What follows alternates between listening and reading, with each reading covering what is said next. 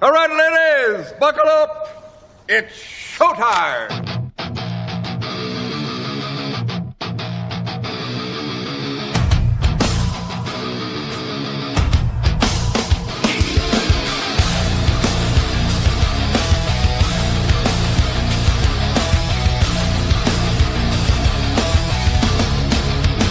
You gave me your loving, and I fell from grace. And what's up, everybody? We are live, Copperhead Road Podcast on Rumble, live on Rumble, always live on Rumble. It's our first priority. We want to be adults. We want to talk like adults. Even if I want to say fucking goo goo gaga, I want to be like goo goo gaga murder, death.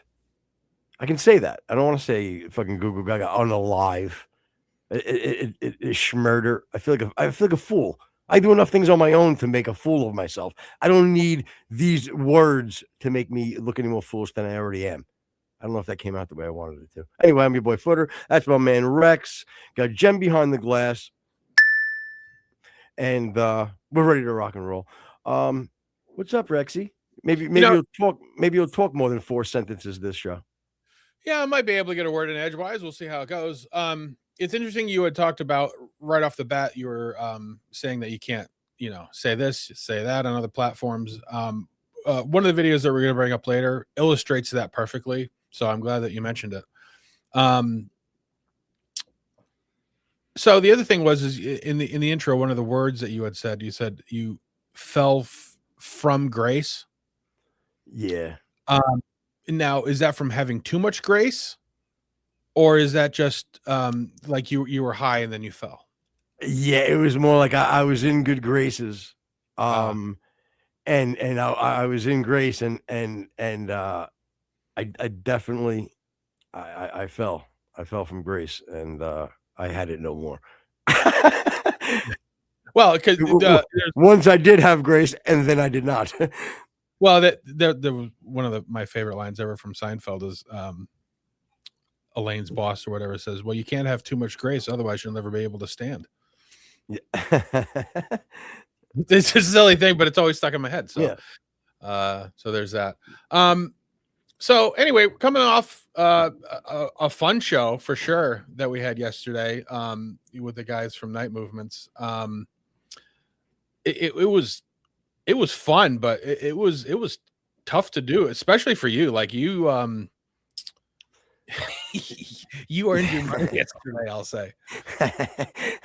I was again. Well, look, number one, you're 100% right. It was a lot of fun, right? And it's funny. It's like I think like some of them think that the fun part is because of just the mistakes.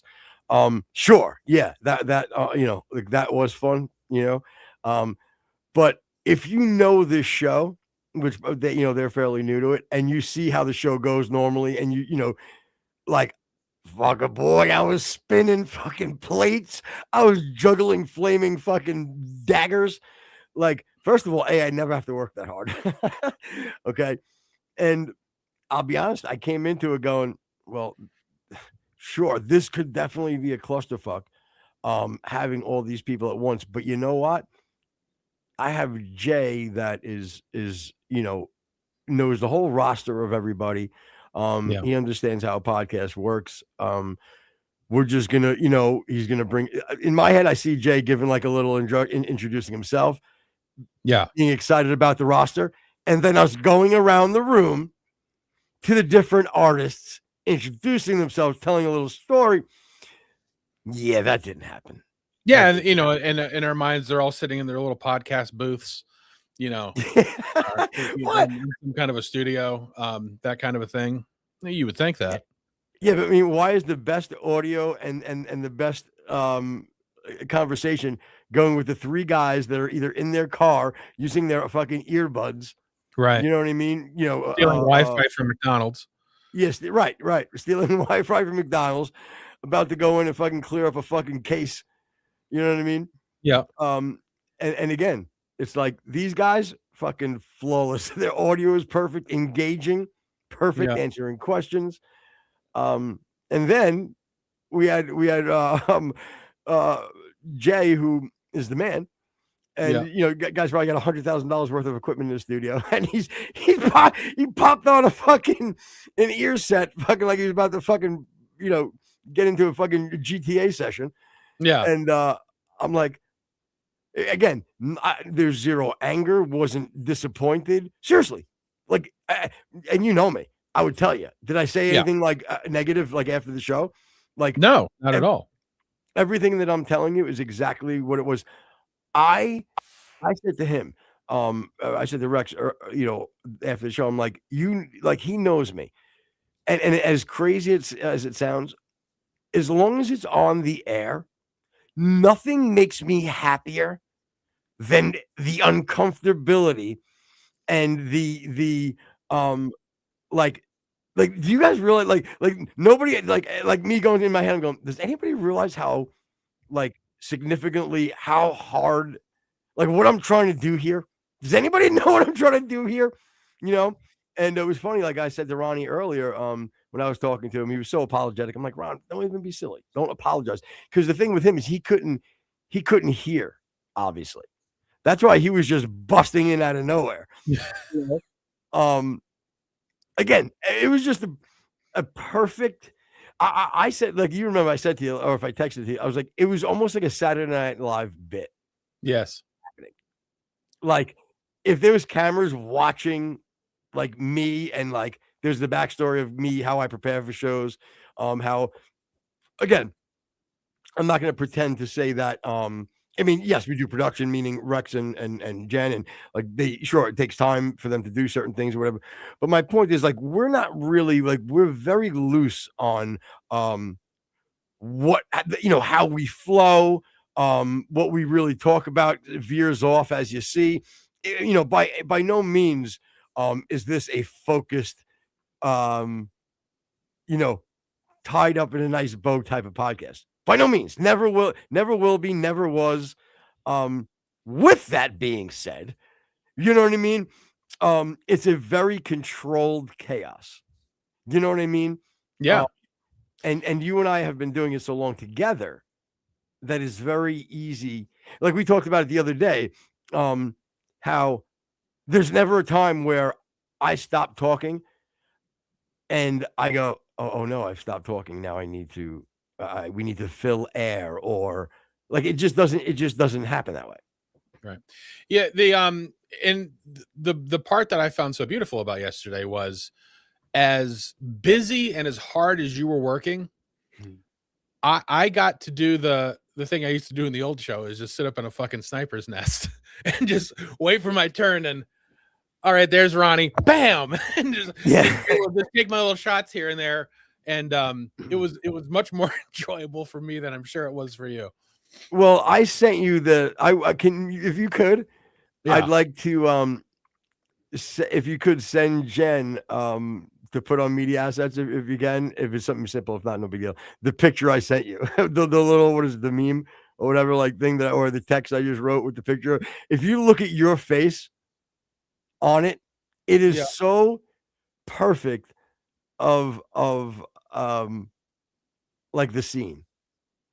Like, it really, really, like, a picture tells 1,000 words. It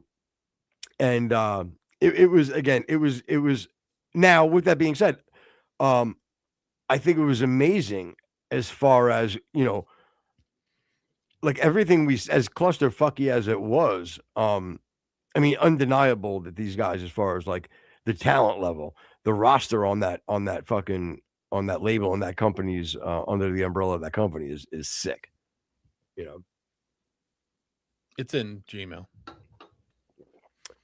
It's crazy. Like, they're totally just so talented. We didn't get a chance to play the music, which sucks, but we couldn't, it was impossible. Well, I'm also kind of hoping that at some point we're going to be able to have some of these people on individually and do just that. I think that, the people who actually got a chance to. Did you see? You just noticed your face, like, yeah, like, is that not the perfect Like that needs to be like, that would be great for like in some sort of a thumbnail somewhere. You know what I mean? Yeah, for sure. Like if you just look at the joy, the truth, like that's legit, like happiness on your face. I've seen it occasionally. Yeah. You know, like that you were enjoying the amount of work that I had to do to even keep going. And then just when I thought I had it under control, something just randomly, and I just heard you cackle. And I was just looking, you'd just be smiling the whole entire time. And if you notice, anytime you said even the utterance of anything, I'm like, what, Rex? What'd you say? What'd you say? I was trying to drag you. Watch it back. Anytime you said a word, nothing got by me. If I heard you even go, what'd you say? Rex, what was that? Like I wanted to please, like, are you gonna sit in the passenger seat at least? Like I don't know, reach over, steer. I don't care. You know what I mean? And I realized that wasn't happening. And again, it was well deserved. I didn't expect it to, nor, did I deserve it to be to get for help. Yeah, there was a couple of interesting things that that I couldn't help but just laugh about. When Jay had basically just given up, and it looked like he was taking out his trash in the back. Yeah, you just see him walking on the the window. There was that. Allegedly, there could have been a drug deal. It looked like that may or may not have happened from one of the individuals. Again, this is entertainment, so it was just one of our skits, but it most certainly could have looked that way. Yeah. Like, did you ever see like Cops, or like what was that, like that other one that got famous for a while, like Cops? Live PD. Yeah, right. And they go to like the parking lots of these like off the highway of the shitty motel. Yeah. Like that's where I felt like B Sharp was parked. You know what I mean? Yeah, for sure. And then it's so funny. I had made fun of, the chair that Mikey was sitting in.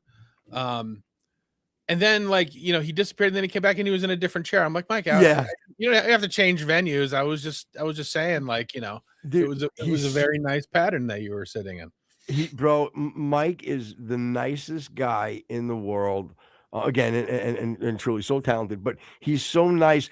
But he is like it would get in his head. He'd be like he wouldn't be mad at you for saying it. He gets you joking around, but like he's that way. He's like, oh, well, I'll just fucking fix it and get in a better chair. Like, you know what I mean? Yeah. Like, again, where me, I lean into that chair. I throw an Afghan over. I'll do it. You know what I mean? Yeah. But he's, again, this is a different world. For those guys, they're not used to doing this type of thing here. But all in all, I certainly enjoyed it. I'm hoping to have a lot of them back on. They all seem like good folks, and so anyway, hopefully we'll have them back on, maybe on a smaller stage. I don't think that that doc is all that far away from me, so maybe we can even have him come up to the studio, because that would be cool. Yeah, for sure. I reached out to him actually, I think, about coming on, and he sometime in April, and he said he'd be down for that. Yeah. I'm trying to find us live right now. Oh, there it is. Because Ronnie just texted me. He's like, "Hey, can you send me the link to you guys live?" So I'm gonna send them the Rumble link. Perfect. Have them jump in the chat. That would be cool. Yeah. So we were talking about putting a show together today, and for better or worse, you and Jen super duper want me to watch Candace, and I absolutely refuse. For the better or worse for the show, I just don't think it's good for my conscience. So and Jen and I also made a decision that we care more about the show being entertaining than your mental health. Or my eternal soul. I appreciate that from somebody who's a God-fearing Christian. Yeah. Well, again, sometimes you got to take one for the team. What do you think? Jesus died on the cross, and I'm sure there could have been different ways for him to work this out, but you know what? Yeah. Neither one of our Jesus, especially you. So that's probably not a good comparison, I would say. But anyway, I sort of mitigated, and we looked into some other sort of satellites of Candace, we'll say, people who have either commented on Candace, been on her side, and I found them almost as equally as irritating. So I did end up working myself into an anger. So you guys win again. I'm Yes. mad. So Yes. And again, by the way, next week we're doing another Candace show, and it's going to be. I got something in my back pocket. It's going to be big. It's going to be big. So that's what you tell all the girls. And they go, you know what, sir? You're 100% right. Good night, everybody. All right, sorry. So, you know that's the new thing right now that I love is when I do it, and you just go, you put your hand up like you're okay. Well, I guess we're out of here. But you know what? And again, not for nothing. Stupid P-Rock used to do the same thing when I used to do the bit. You know what I mean? Mm-hmm. And he take his headphones off. Again, I love you guys. You know how to make me laugh. Yeah. So, and I know you probably more than me, but the hot and cold with our first individual seems to be almost engineered. For those of you who don't know, there's a guy on YouTube named Valhalla VFT, I think is his channel. Military guy, I think special forces. And he runs some kind of a firearms company, I believe. Now there have been a lot of episodes where I have watched, and I know Footer has watched, where there's a lot of agreement with what he's saying, especially if it has to do with military stuff. But it does seem to be that, and you pointed it out this morning, and you'll probably say it better than me, but that he does have a tendency to lean into what will, not necessarily what he believes, but what will probably gain him more eyes. Wouldn't you agree? Bro, I am so disappointed in him, man. I am so fucking disappointed in that Valhalla, bro.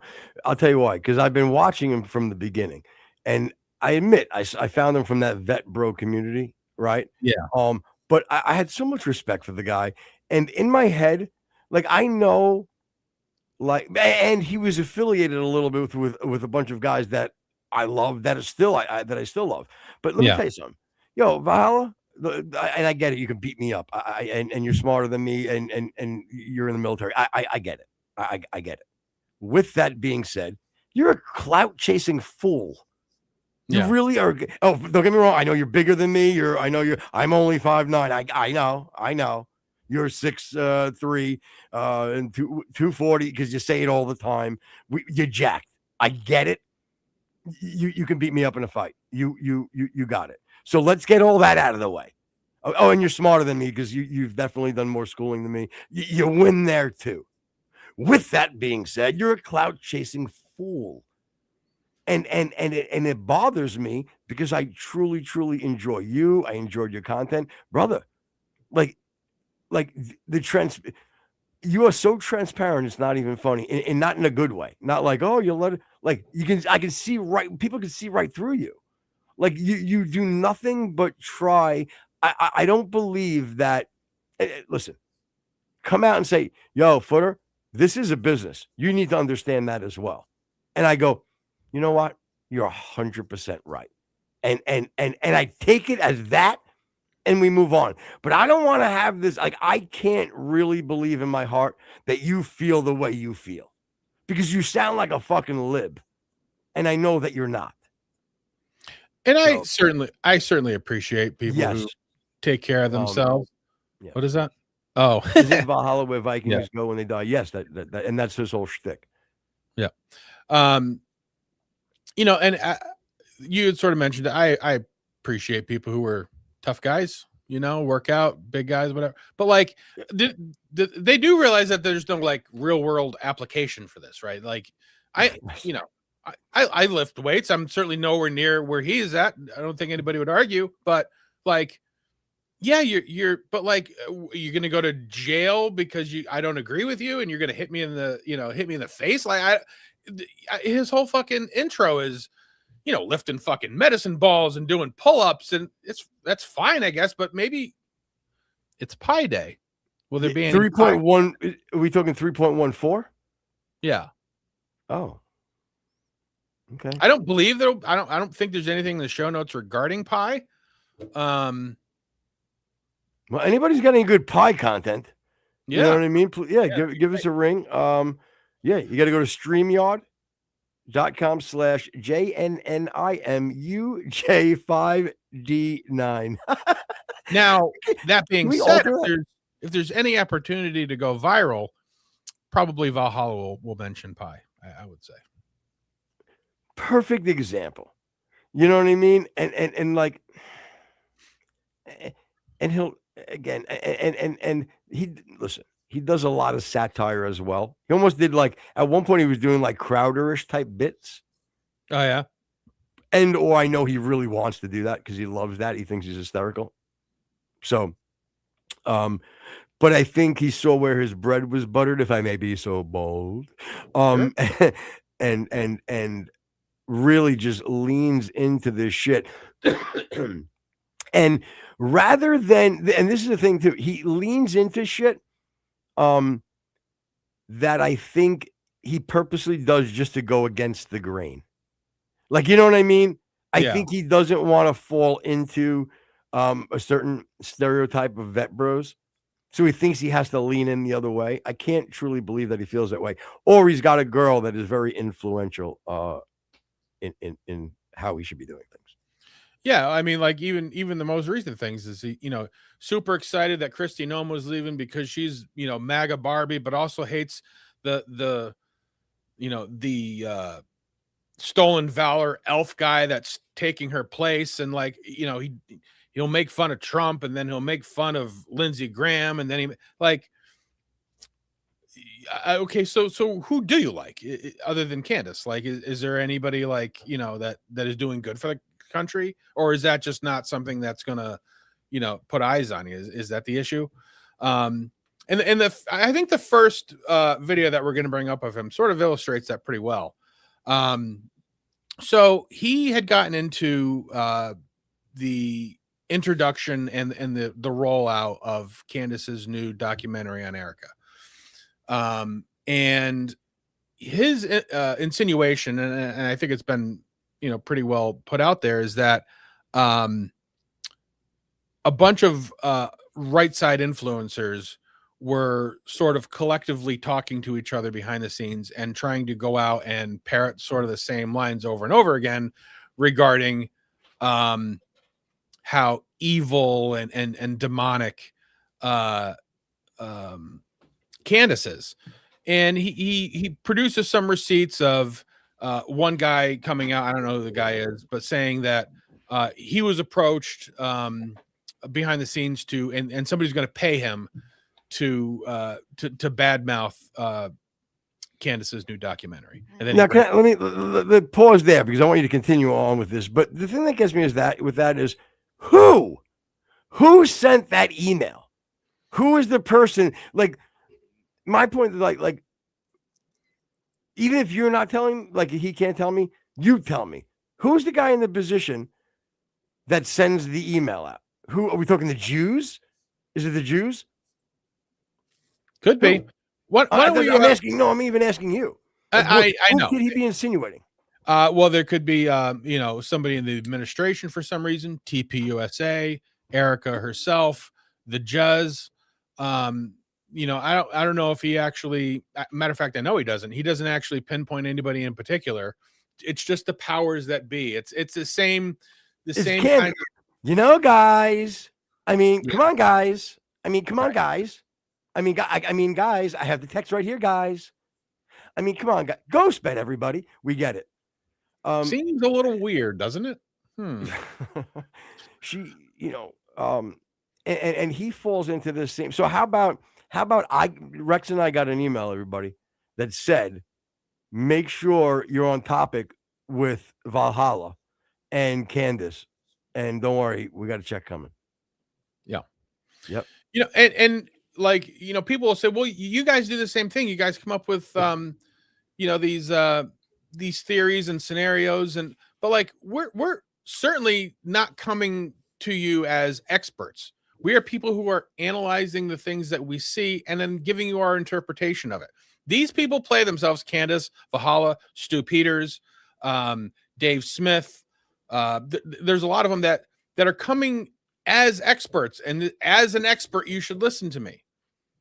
We don't do that. Like we're just normal guys, and we're looking at, okay, well, this is a piece of evidence, this is a piece of evidence. And trust me, I can tell you that we don't fucking follow the algorithm, because we've got episodes that have got 40,000 views, and we've got episodes that have got 300. So obviously we don't have any idea how the algorithm works. So exactly. And one of the caveats to that too, though, is with actually, go ahead. I'll end it I'll say it at the end. All right. So why don't we play the first video from Valhalla, and again, it's evil. We can start and stop it, Footer. So just say so if you want to. Okay. Demonic scum. That phrasing just seems to be really popular right now. Let's take a look at this. So here you go. Look at all these MAGA influencer tweets, all on the same day. We got, I'm convinced Candace Owens is a demon. Just so you know, Candace Owens is pure evil. She's a demon, straight from the bowels of hell. Candace is a demon. Candace Owens is a demon from the pit of hell. I'm not so sure if Candace Owens is merely a demon. Candace Owens is a genuine demon.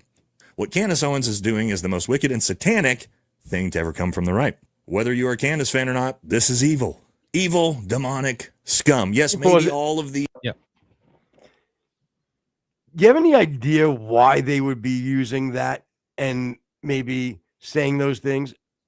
Is because what she's doing is evil and satanic and demon-like. That's why they're saying it, you fucking dude. I mean, I'm like, yeah, he is pretty big. But yeah, my good man. But I mean, like this is the worst argument to kind of try to find, like, or to use to say, look, it's all like a big convoluted thing, bro. That is the most insane thing. People are saying it. Okay, brother, even one of our thumbnails, how long ago did we write evil or dumb or whatever? You know my point? We have been saying this for so long. And again, we're nobody. Our opinions aren't significant to pop culture. And we're saying these things. I don't think any of those people, and like we didn't hear it from anybody. We genuinely felt that way. Yeah, that was our early. That was our first take into the whole thing was, okay, this feels demonic, this feels evil. And or postpartum, I think, was one of the ones we threw in there. Well, I'm talking about specifically when the trailer for the new documentary came out. That's exactly how I felt. Was this feels demonic? Can we just also notice something that I'm just absolutely enjoying right now? On our screen, Jazz Hands Valhalla. Yeah, and he would love it because he used to be like a male cheerleader too, and like he embraces the whole like that's it. But that's my point with him. It's almost like, yeah, okay, make fun of me, but I can kick your ass. I know, we know, and that's like his whole thing. He'll always be like, I got this guy. He's 5'10", one of those short kings. You know what I mean? He's out there, wanting to talk shit, brother. Do you understand that my arm length is longer? Yeah, you got long arms. Like we get it. We're talking about your opinion. You sound like a fool.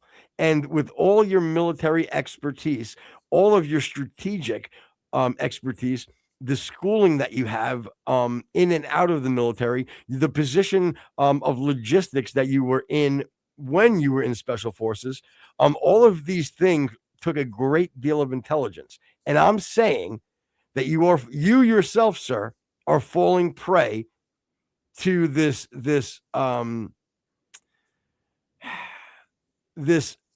social media line that you need to follow to be cool. You know what I'm saying? Like, because we say it's demonic right away. Oh, I get it. We're old school Fox News watchers. Shut the fuck up. Rather than it just being what it is. I'm talking to you, Rex. I understand. It's the natural inclination to anybody who feels the way they do about this whole scenario is to go down that road. So he can't even, like, both sides of the argument of, I mean, it is possible that these people all just came to the same conclusion because it's the most obvious conclusion for people who have a modicum of information in front of them and also hold Christianity hold Christianity dear. You know what I mean? Like that's just going to be a natural reaction.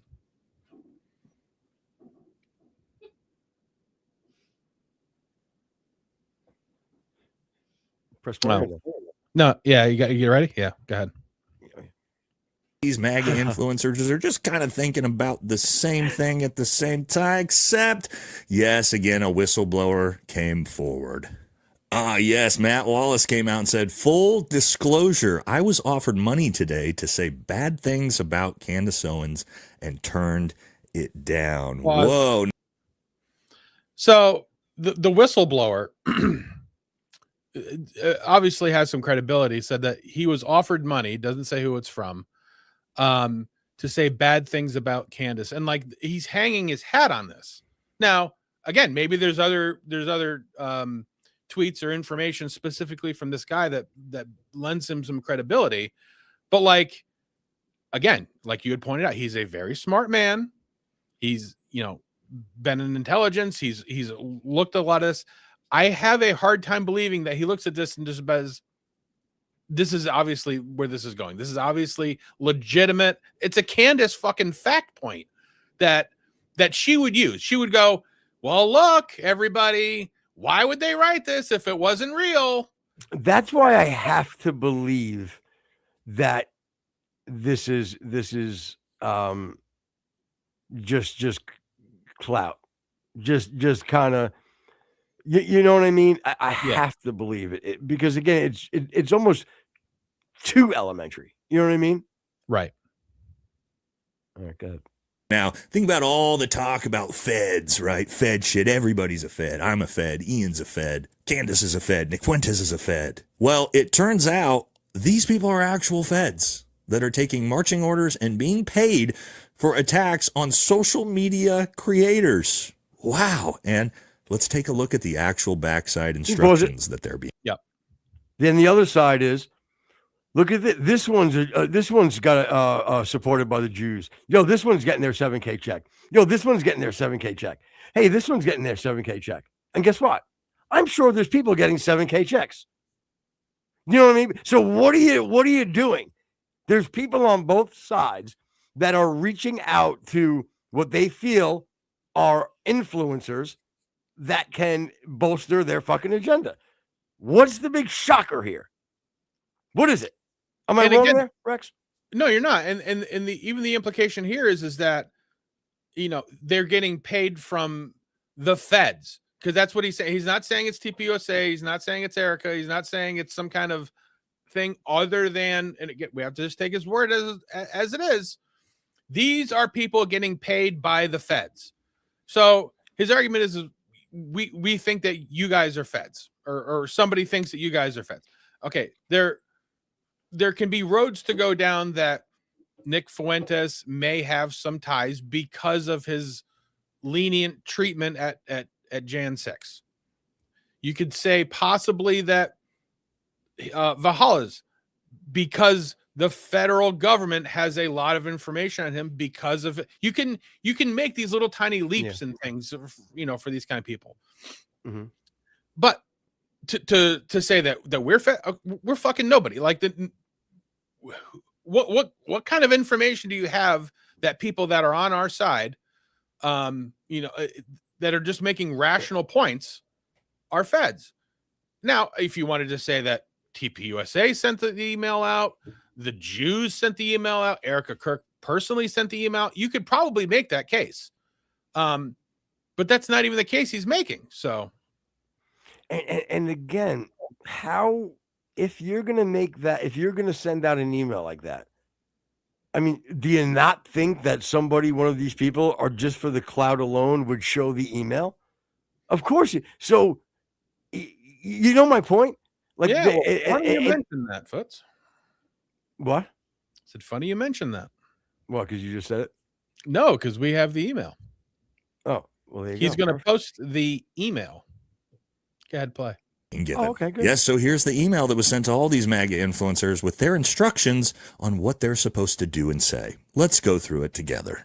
So, subject, urgent, shut down Candace's latest smear. Action needed tonight. Now, real quick, why was this so urgent that they put this out a couple days ago? Oh, that's right, because Candace announced that she was going to put out her Bride of Charlie series, and all of a sudden, the coordinated paid attacks got turned on. Now, I'll just say this. If you're trying to convince people that you're potentially not a, I don't know, Mossad handler, then you probably shouldn't have a coordinated paid attack campaign on the people who are exposing you. Doesn't look great. All right, so here we go. Let's get into the instructions. It says, this isn't journalism. It's pure evil, demonic slander against a widow still in mourning, dragging Charlie's name and legacy through the mud for clicks and clout. We've seen her pattern before, but this time it's personal, it's vicious, it has to stop. Talking points. Use these verbatim or close variations.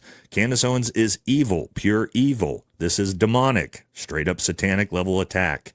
Candace is a demon, obsessed with destroying Charlie's family. How can any real Christian stay silent? She's not asking questions. She's conducting a witch hunt. Action items. Do this now, all caps, before it. Yeah. Okay, and bring that back up. Quote or reply. Okay. Only because, yep. Okay. Let's just go, for example, let's take the first 3 talking points, right? Candace Owens is pure evil. Pure evil. Okay. That is a valid opinion from a lot of people. Mm. Is that fair to say? Not Sure. everybody, but a good amount. Okay. This is demonic, straight up satanic level attack on the widow and her kids. Is this not an attack on the widow and her kids? Or let's say, is this not an attack on the widow? It is. Would you consider attacking a widow of somebody like Charlie Kirk? If for some reason there's even an ounce or a speck of doubt in your narrative, that if you're casting that narrative without being 100% sure that would be considered demonic? I would, and not even for, being factual. Like, if you have any emotion for Charlie's, eternal soul, you would think that you would want to be 100% sure on something before you just acted on it for money's sake. Okay, and then using the words and the explanation that you just said, how can any real Christian stay silent while she attacks Erica Kirk like this? A couple of things. Here's where, if you'd like me to somehow give some sort of pushing your agenda, okay, cloaking it in Christianity, I happen to agree as a Christian. With that being said, you don't even need to be a Christian to think that what's happening is something that is evil, in my opinion. So go ahead. Well, I have, even on a more broader kind of a thing, I have some issues with it. Number one, you don't see a sender. You don't see anybody who sent it. You don't see any of the CCs or BCCs of people who was it sent to. There is no, everything's cropped off at the bottom, so you don't see, again, thanks for who it's from. The other thing is obviously a document like this would be very incriminating if, like, say, for example, Valhalla got it and put it on his YouTube channel. I mean, it is pretty exhaustive. It is pretty, explanatory on every single thing that you must do for some reason. It can't just be like, yo, Candace has got a thing coming out about Erica. Why don't you go ahead and just shit talk it? Like, I mean, I don't see that there's any real, like, benefit of everybody saying the same thing over and over again, because it doesn't look organic. So even that sort of rationale, and again, he knows this. I'm not saying anything that he doesn't know. There's no way in the world that anybody who's worked in intelligence looked at this and says, yeah, this is probably real. which leads So us to believe he clout chases. Oh, absolutely. And then let me go to this one other thing here. The last one. She's not asking questions. She's conducting a witch hunt. Okay. Because I want to be fair. Let me grant you that she is asking questions. Okay. At the same time, she's conducting a witch hunt in the questions that she's asking. She's going about, and this is what I've said more than one time on numerous shows. She's okay to ask questions. She's okay to have due diligence on everything that she wants to do as far as to find out what happened to Charlie. But you don't shoot first, ask questions later. And that's kind of what's happening. You know what I mean? Right. All right. Go ahead and play. Hi. To this key post exposing the trailer and calling out the language above. Sharon quote, Graham Allen's strong stand. Yeah, we're going to take a look at this guy. He's leading the charge. Oh, just big tough guy, Graham Allen. Post your own version if you have reach. Tag big accounts like Cat Turd, Gunther Eagleman, Wes Jordan, Joel Berry, etc. Oh, you mean like these people? Who'd we just talk about? Oh, Graham Allen, Cat Turd, Gunther Eagleman. Ah, yeah, there it is. And then the big one, flood the replies under any Candace defending or neutral posts with demonic evil framing. Make it impossible to ignore. This coordinated Go ahead and play it a little bit more. push worked against her before. It can bury this trailer before episode 1 even drops. All right. Is there anybody out there who honestly thinks that calling more attention to this and speaking out against it is actually going to lessen the views of this documentary? Does anybody think that? And here's another point, Rex. Does anybody understand that if for some reason this was sent out to a bunch of influencers, it could have been a whack job Charlie Kirk fanatic that did this. And I can make up an email and get the email addresses to all the influencers and send it out to them, right? Yeah, you could just type it up and not even send it out. And the key is I need to know who this is coming from. Who's it coming from? And then do me a favor and explain to me how they're tied in. Like what's I know their agenda, obviously, but tell me, how does it benefit the person that first of all, who is it and how does it benefit them specifically? Right. Oh, God. Ah, there it is. This is what they're so concerned about.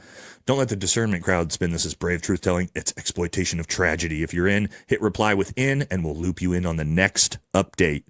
For Charlie, for Erica, for the kids, for what's left of decency on our side. Stay strong. See you, team. And so that's the code. All you have to do is write in. Shh, don't tell anybody. Just write in, and then you're in. That's it. And you'll get the check. Yeah. Amazing. And again, even think like you I guess you point, yeah, what your point was, and you pointed it out, like it could have been so much more simple. The hyperbolic language is too over the top. Right. And again, he's reading it dramatic as well, but my point is it's just too much. But the same people who will say like this is obviously genuine will also say the text messages from Tyler Robinson to his girlfriend were wet. That was fed slop. Like, right. Great point. But you realize that point will go unheard. Nobody will like that's a great point. Nobody can like, to me that would be enough for me to go, man, you know, this is really something for me to think about. None of you Candace dick riders can ever go, you know what? This is something for me to think about. Because you're so invested in being correct that you can't afford to even to be reasonable or logical. Wasn't there more of that video? Yeah, I think there was another little part of it. Anyway, we don't have to bring it up again, but in the very end, he brings up sort of like a graph showing when each one of these people posted. and they all happen to be, like in the morning or early afternoon of the 24th. Obviously, when was it announced that the trailer was coming out? Why don't you bring up that screenshot in media assets?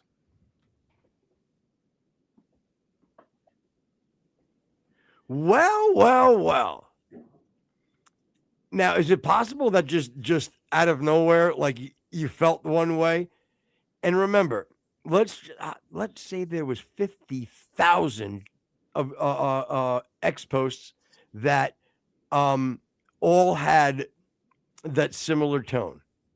Is it possible out of the 40 million people on fucking Twitter, right? If you play the percentages, 50,000 is not a lot. And by far, there's a good majority of people that feel that way, as we've talked about and proven earlier in the show and in earlier episodes. So it makes perfect sense that this is not some convoluted campaign. You dope. You fucking, oh my God. Wait, hold on. I know you can beat me up. I get it. I know. But bro, you're a fucking dope. So this, and again, I've seen a couple of news articles on it, but it's fairly obvious.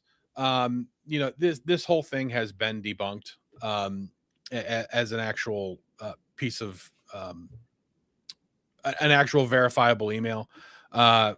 Number one, again, people can look at it on its face. There's no sender, there's no receiver, there's no sort of information that shows where it would come from. And if you were going to capture this, it would make sense to do that. The metadata, I guess, is also, matter of fact, if you want to bring up that screen recording, it's a little lengthy, so we're not going to read the whole thing, but this shows some of the information, which again is too small for me to read. But if you guys want to just go ahead and play it. If you want to stop and start this video, this goes through the entire reason on why it's not valid. Again, most of it's metadata, the fact that there is no sender, there's no receiver, the language in it is very hackneyed and chopped.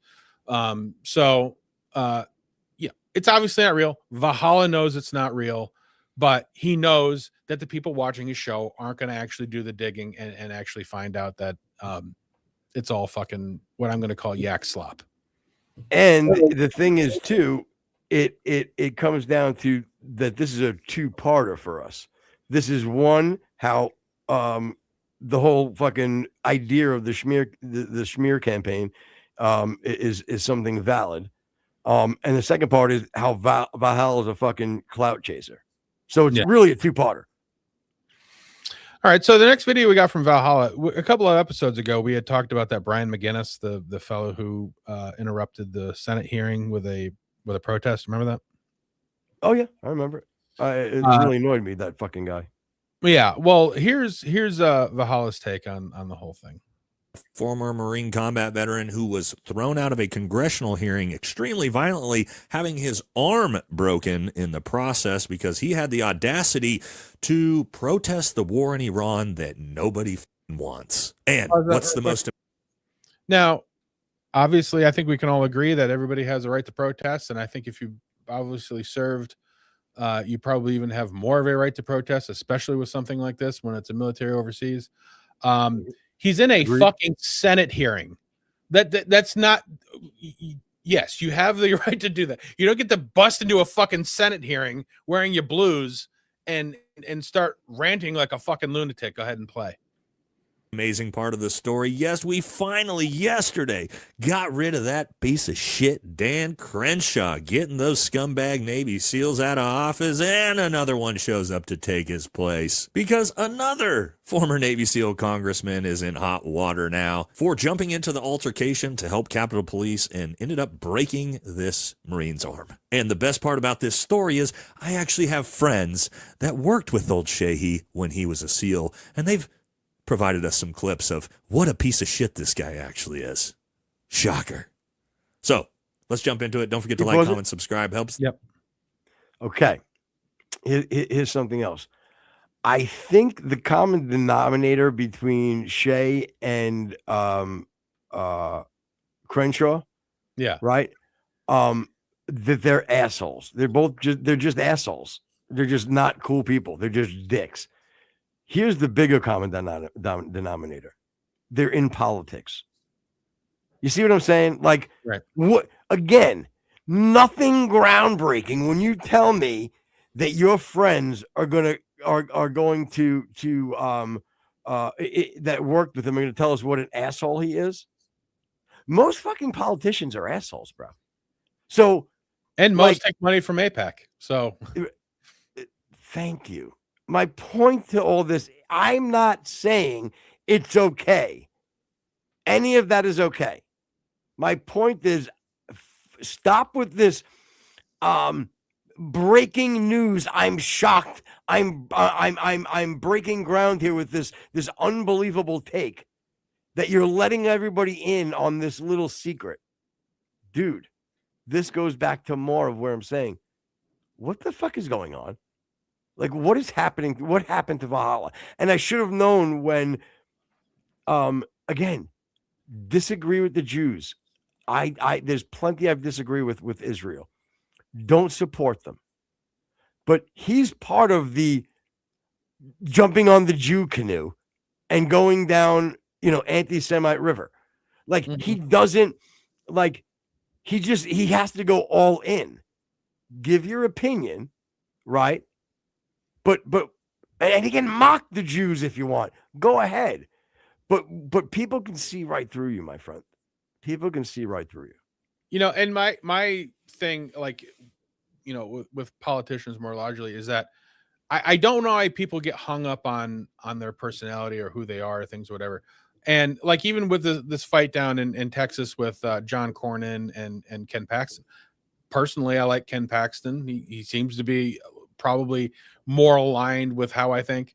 But politicians are tools.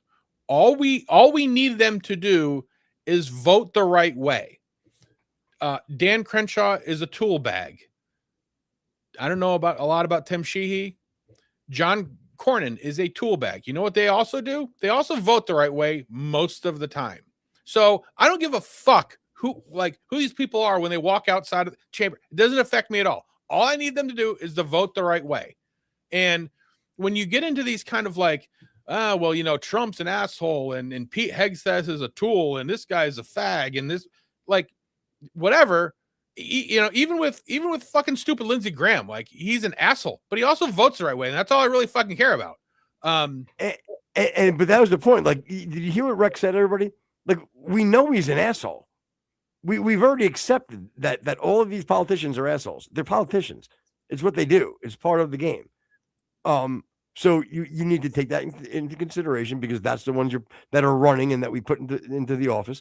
And we have to hope that they vote, like Rex said, in the way that we prefer. Our as a constituent, we prefer that they represent us. Right. And maybe they won't. And the fact is that, not every district is the same. Not every state's the same. So the people who run in these specific situations sometimes have to tailor their message to their constituency differently, maybe against our values, in order to get elected. And then when elected, they do whatever we want them to do. The opposite is somebody like Thomas Massey. I could hang out with Thomas Massey. I think he's a cool guy. I think the life that he runs is awesome. But he's a shitbag in the fucking Congress because he doesn't vote the way we want him to. So, people would be like, yeah, Thomas Massey's great because he's principled. Da, da, da. Who gives a flying fuck if he's not voting the way I want him to? Again, in the grand scheme of things, yes. Because again, and that goes for anybody as a politician that you hate. You know what I mean? You're not hanging out with them.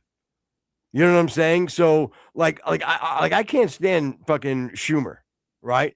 Mm-hmm. But it has nothing to do with whether I think he's a dick or not. Like, if we hung out, if I get along with him, I'm not saying I would, but I never thought that my dislike for him had nothing to do with that. You know what I'm saying? Now, if we talked about it, sure, I could probably beat him up on who he is as a person and as a douche. But my point was, that's not why I dislike him. I dislike him because he disrupts a lot of the things that I want to get done. Yeah, and I don't like who Donald Trump is as a person. Like, he's he's Donald Great Trump. Example. There's nothing about him on a personal level that I could ever relate to. Nothing. But he does a lot of the things that I want him to do. And even when he does this stuff like in Iran, where I'm like, it doesn't really make a lot of sense to me, I'm not privy to his information. And usually in the past, he's actually eventually ended up on the right side. So I'm going to give him a little bit of grace. But that's not going to go ahead. No, and another thing that I always like, I thought about this a few times. Like, let's say, for example, Mitch McConnell or something, like 2 years ago, right, or something, and you go, I can't stand Mitch McConnell. Guess what? Don't worry, because he's so old, he's going to be dead soon. Like, and as much as, I don't want anybody to die or whatever, and like I don't want to wish the president any ill will or anything of that nature, I'm saying, but he's an older gentleman. Pretty soon, he's going to be in like, when you're still caring about things, he's going to be way out and gone out of the picture. You know what I mean? So like, don't try not to aggravate yourself over it. You know what I mean? Type of deal. Like, because it is what it is right now. Like, he is where he is. You don't agree. That's fine. But the good thing is he's not 42 and has a lifetime of politics ahead of him. Does that make sense? Absolutely. So as far as like meaning getting yourself nuts over Trump specifically, it's over. It's over. Yep. Like, you got a little bit more time to deal with, and you never have to worry about him again. Even like, bigger personalities like Matt Gaetz, MTG, like, yeah, like a lot of their stuff outside of the chamber, they're not people you would like as a person, but they vote the right way. That's what they're there for. Hammers are ugly, but they fucking work when you're hitting a nail. That's what you use them for. It's a tool. All right, you can go ahead and play the channel. Follow us on all our new social media platforms. And let's talk about this. Now, I'm probably not going to be able to show the actual altercation videos because YouTube loves to shut down anything that's. This is exactly what we're talking about early on when I had said this video is going to actually illustrate why we're on Rumble. This is why. Got violence in it, especially if it's protesting against this current conflict. But I'm sure you guys have seen it. We'll use some still frames. We'll talk about it a little bit. So this is the main clip that went viral. I'm not going to play it with sound because that'll automatically flag the algorithm. As you can see right here, this is Senator Sheehy who decides to step in. And here's the moment you can see his arm is caught in this door and his arm is snapped in half, literally. And second clip here, you can see can you pause it? Yeah. Jen? He just said, and you can see here that his arm is snapped off, literally. I know. Look at the degree in the back, so I know you are smart. But do you know what literally means? Like, that would mean literally his arm is snapped off. And it's not. His limb is still there. And sure, semantics. Am I busting your balls? Yeah. But my bigger point to all this is to point out the hyperbolic nature that you're going about this, and you're actually feeding into so much horseshit that people put out there, and you're just is that the right word? Capitulating, yeah. Capitulating the entire thing. And you're better than that. You're bigger than that. You don't need to use hyperbolic language. With that being said, now again, you say to me, yo, Footsie Bear, I am trying to do a fucking show. And this is, I mean, what do you want from me, dude? I'd go, all right, fair enough, man. Fair enough. But if you're trying to genuinely, like, show me how you really believe that his arm was snapped off and the approach that you're taking is genuine. I'm not saying you don't feel this way, but it's I think you're coming off a little bit stronger than I really think you feel. And again, you want to just say it's because I need to create content and make it entertaining. I can accept that. And you're also not pointing out that the fact that the guy broke his arm is his fault. Like you're implying that Yeah, that's true. Tim Sheehy like fucking did the old break over the knee fucking arm like he was Hacksaw Jim Duggan. Like the moron stuck his arm in a fucking door and got shoved out. Like again, I understand that you feel the bads for him, but like it's not this faggot fucking seal that you fucking think is yeah, big tough guy seal had to come in and take him down. No, I think it was like, oh wow, this is kind of what I do. Let me go in there and give these guys a hand. right. You know what I mean? I think Valhalla, I think if you were there, I would have to believe that you're going to do something similar. Am I wrong? Be honest. If he was there, okay, this is a great question. And I want Valhalla to be able to answer this clear. If you were there, what would your reaction have been? Would you stood up and applauded, knowing the way you feel? Remember, you're in front of a Congress hearing.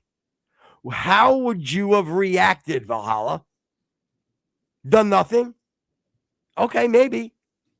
Maybe you would have jumped up. Maybe you would have jumped up and reasoned with him. Okay. But what would you have done? Or why don't we just take this situation and reverse it? Say, what if the video was here that you saw two Capitol Police struggling with Brian McGinnis, couldn't be able to get him out, and you see Tim Sheehy standing there not doing anything? What would you have said then? You would have said, this Navy SEAL is supposed to be a big tough guy sitting there watching Capitol Police struggle while his fucking value or stolen valor faggot off. Like you would have acted the same exact way if he would have done nothing. So stop being a bitch. And I am going to call you a bitch because I'm never going to meet you in real life. Imagine. Yeah, I'd be like, hey V, you want to hit me? Go ahead. You're not going to hit me because this is fucking America and we have laws and you're an intelligent person and you're just going to stand there like a bitch. So get the fuck off my property. Yeah. Thank you. The problem is, no, you both have firearms, but he's a firearms instructor, and that's the FT, firearm training. Valhalla firearms training. Yeah, Valhalla VFT. Anyway, but yeah, so again, brother, I really, I don't want to seem like with false outrage. But it upsets me because I was always a fan. And you're losing the credibility, and I know you don't care, nor should you. You can bring but it is just frustrating to me. I would have liked you to be a little bit more honest, in my opinion. So in other douchebag news, we have. We don't have that. What email did you send that to, Footer? I sent it to the Gmail. Okay. Isn't that the one that you wanted me to send? Yeah, just I don't see it yet. Okay. All right. So anyway, right, it's Copperhead Road Podcast at gmail.com. Right? Yep. Yeah. Yeah. What were you saying? I don't know. We haven't got it. But anyway, so a couple of weeks ago, we had kind of casually mentioned a guy named Stu Peters, who is another sort of acolyte of Candace. And he does a similar sort of, what was it that we had? Oh, I know what it was. It was the exploding lav mic, right? That I think he was talking about. Yeah. Yep. That was that. Yeah. Right. So again, I wanted to find people that were sort of similar to Candace that have similar views. And I just happened to pick one of his recent videos that he's talking about, specifically the Charlie Kirk shooting, and then he goes on to talk about Iran. So this is the kind of quality reporting that really you're getting from Mr. Peters. We need to do everything we can to All right, Paul, kind of put on. the guy with him is a guy by the name of Pete Hager. I couldn't find anything as far as like, you know, if he has any sort of background in anything. He just seems to be a reporter who kind of looks like Steve Buscemi. But anyway, I was gonna say that. Yeah, I swear I was. Good call. like a younger, maybe not as car crashed as Steve Buscemi. Yeah, he was like if they were twins, like he came out like a little bit better. You know what I'm saying? Yeah. Like he came out like the other, like Buscemi was the a little off twin. Or maybe they looked identical and it's like Steve Buscemi like started doing meth young, and then like now they look the way that they do. Point taken. Go ahead. All the pieces together so people can see it. And the one piece that I am 1,000% convinced of now, and probably always was from the very beginning, is that Charlie Kirk was assassinated on behalf of, if not outright by, Israel. And what was the reason? There was always this question. Can you believe that people actually deny that? Can you pause it? That was all the short little the little intro there for you. Go ahead. Okay. Well, there's a few things. Yeah. If somebody is blindly just denying that it could no way Israel could have nothing to do with this, I can see where maybe you might have a point and go, you know what, that's pretty outrageous to not, after everything that's been going on and at least all of the circumstantial evidence that could point to something like that, valid or not, it's definitely in the realm of possibility. So to absolutely deny it outright would be kind of tough, right? Especially at this stage in where we are with the case. Absolutely. We haven't seen the trial. We don't know what evidence is out there. And I've said all along, if they wanted to run the Israel did it through Tyler Robinson, I'd be totally open to hear that argument. Right. Probably 1,000% sure. Not so sure. And now let me give you the other case. Let's say you were going to come and tell me that, listen, I have a lot of the circumstantial evidence that's being presented. I have looked at it. I've reasonably and logically looked at everything else. Maybe some parallels of when Israel is involved in killing people, how they go about doing it. Are they good at it? Are they not good at it? Just whatever, just little things. Plus, I mean, probably 100 other things, right? And you look at all that, and you're going to tell me that they definitely did it. Again, same way as Valhalla, you sound foolish because, again, just as valid as any of your reasoning is, I think this is a valid thing as well. By me saying to you, why didn't they just poison him? Why didn't they use any other way of taking Charlie out? It's not like, well, Charlie's never around the Jews. What? Yeah, no. He has close meetings and things. That's what this whole thing was about. Remember, he was gonna he was going to come out against the Israel, and that's why they killed him. So they did a sloppy assassination job. And I don't mean, and again, maybe you go, oh, no, Footer. It's quite the opposite. They did it this way specifically to cause so much array and disarray and craziness.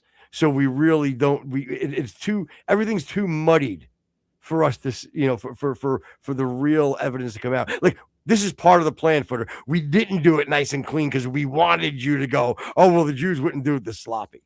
Yeah. Like, you'd have to believe genius. That. It's genius. It's Jew genius.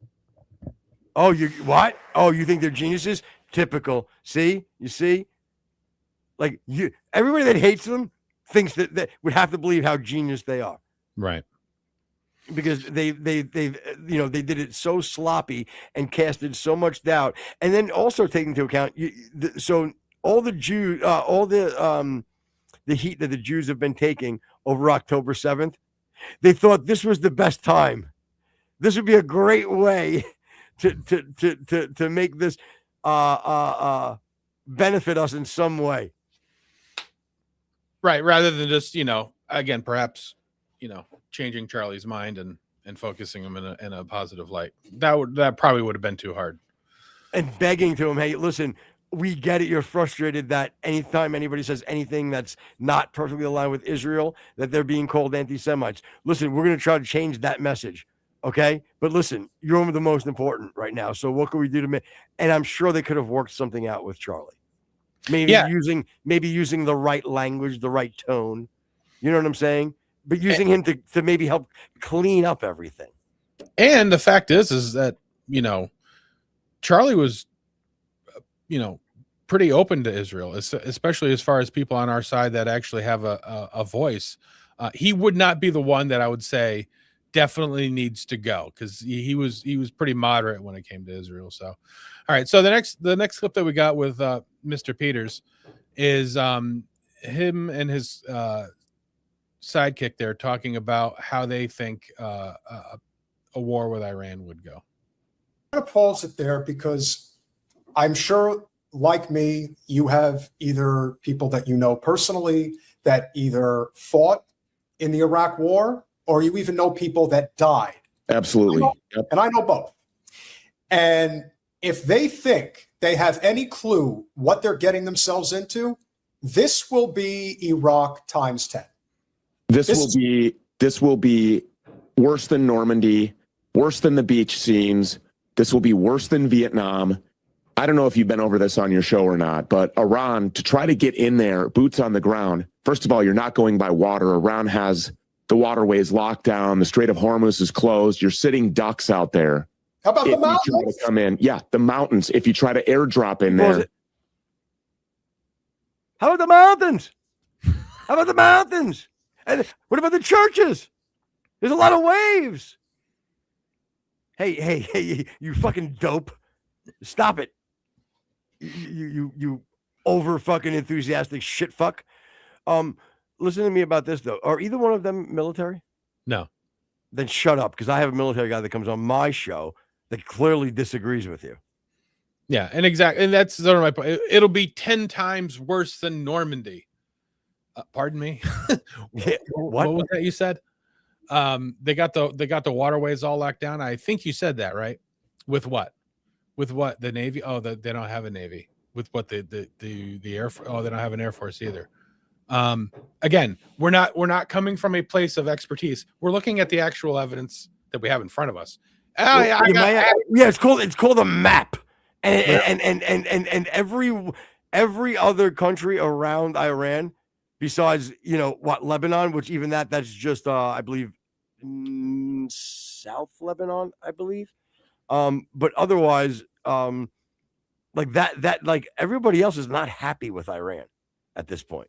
Like, I have a strong feeling that the U.S. and Israel are going to be flying through airspace anywhere they want around the region. And if they do fly, maybe they can get over the mountains, and then they can use the ships to go over the water. Yeah, I mean, ridiculous. Go ahead. I'm so Do you glad that I remember pointed how it we out and you fared got it. in Afghanistan in the mountains, going in and out of caves, trying to find Osama bin Laden? Heavy air quotes here. Our people were wasted. I mean, we lost so many thousands of lives just by trudging through the mountains looking for the boogeyman. Whether or not we actually were or not looking for this guy, I don't know, but that's what the troops were told. And then you have the desert of Iran. Well, we know that human life and weapons and equipment and machinery don't fare very well for extended periods of time under those desert-like conditions. And so, I mean, I remember the Iraq War. My family members were sending troops that we know condoms, and it wasn't because they were having sex. It was to put them over the barrels of their firearms to keep the sand from going in there, because so many misfires were happening on the battlefield that these, Marines and that these soldiers were being killed because their weapons. Go ahead. Listen, and I want to first and foremost apologize if I am wrong. I stand corrected, because this is not going to come from any source or anything more than a little bit of logic and common sense. Yeah. If you needed to cover your firearm from getting sand in it, would the move be a condom? Would there be nothing else? And would you need those condoms to be sent from your family members? Yeah, I would think a sock would work. Again, I'm saying there's a plethora of different things than that you're going to ask to be sent to you than a condom, so I can cover the sand from getting into my gun. Do you understand the logistical leaps and bounds that needs to be made? I'm not saying, sir, that they didn't come across a lot of different problems and things that made it difficult in that region. But my friend, I think they would have had a different fix to the problem of getting sand in their weapon. Again, if I'm wrong, I what do they say? Eat crow or whatever they say. All right, but I'm going to go out on a limb here and just logic and reason and say I don't believe that that's the case. Do you, Rexy? Well, apparently that they did. It says, yes, condoms are used by coalition forces to cover the muzzles of their guns in Iraq. It says British forces were ordered to use specially issued.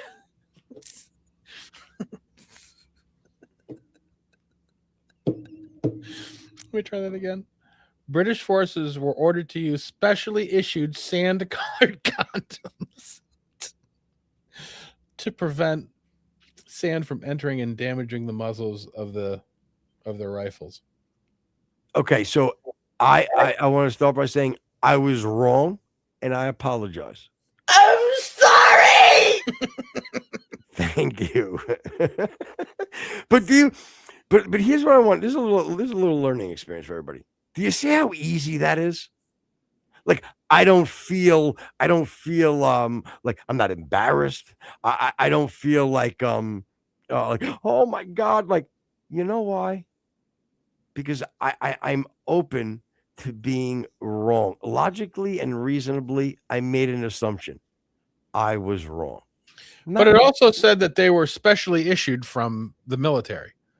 So I would, like you had originally said, they probably don't need, your aunt to send you a freaking box of Magnums. That was kind of my point. There may be a rubber sleeve that goes over the muzzles, and they call them muzzle condoms or whatever.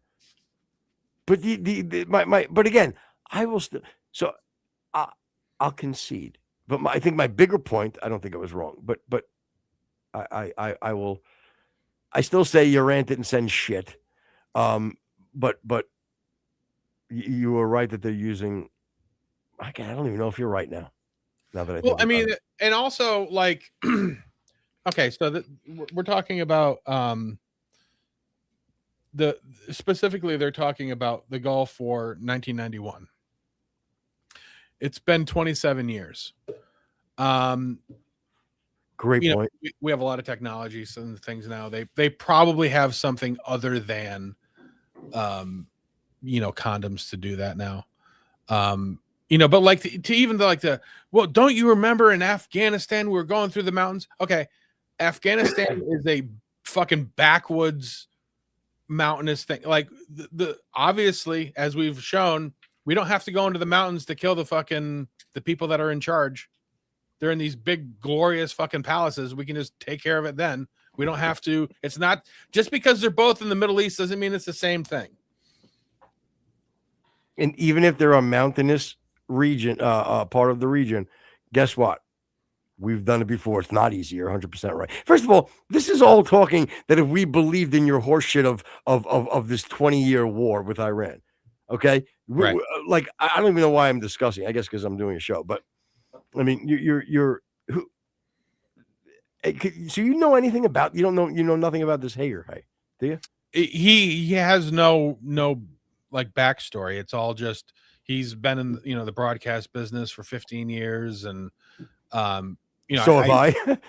Yeah, I've tried to. He has no known experience as far Neither as do I. right. But again, we're not coming from the island of expertise.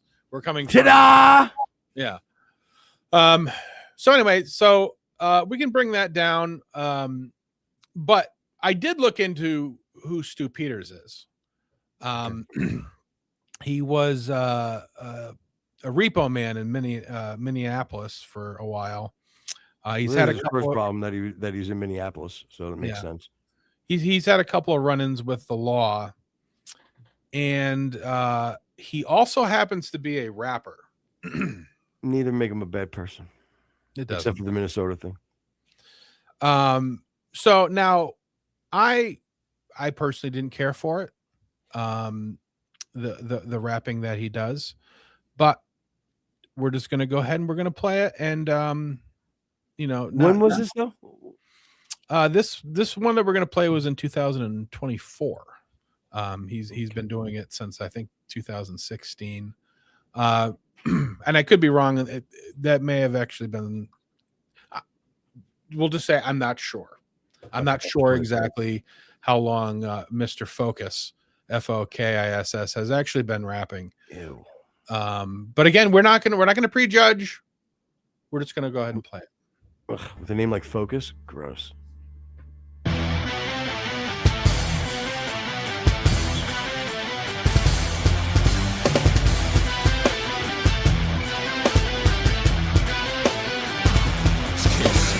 I'm that kid, got a sickness, man. Small house, big world, small pad, big shop. Time to go to work as a businessman. You damn right they gon' call me the black sheep. Big beats, big sales, big dreams come true, and I never suck dick and ass in the back. You right, I ain't never gonna be flashy. Dog tag, big strap, long grip, no slip, posse track. I'm standing on my chassis. I'm not a gangster, man, I'm impatient. I ride alone in the dark in the basement. Feel the track, sit back, get wasted. So hungry for the shit I can taste it. Then I rock the club at the top of my lungs, cock in hand, microphone begging me to stop that nonsense, man. Can't do it, gotta feed the addiction. I'm right till I ignite from the friction. I don't hate that riff like that.